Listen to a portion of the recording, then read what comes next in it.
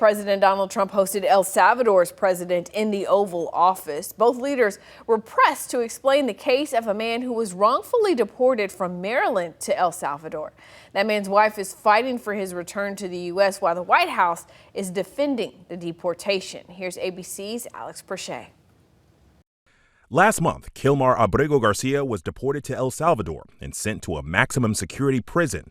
Even the White House press secretary says the deportation was an administrative error. In a 9-0 decision, the Supreme Court ruled that the Trump administration must facilitate Abrego Garcia's return, finding that his removal to El Salvador was illegal. But today, El Salvador's president, Nayib Bukele, an ally of President Trump in the Oval Office, dashed any hopes that Abrego Garcia would be sent back soon. How can I return him to the United States? Like I smuggle him into the United States, or what do I do? Of course, I'm not going to do it.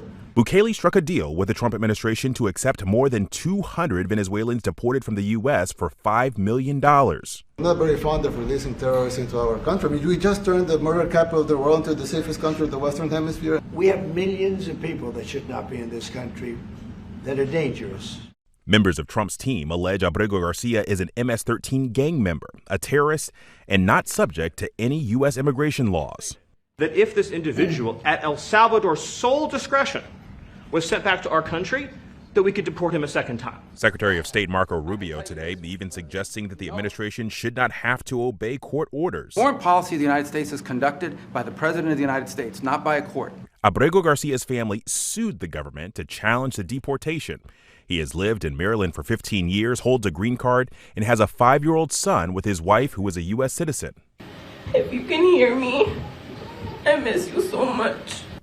No evidence has been publicly presented that Abrego Garcia is a member of MS-13 or a terrorist. He has not been charged or convicted of any crimes. A hearing is scheduled tomorrow in federal court in his case. Alex Perche, ABC News, Washington.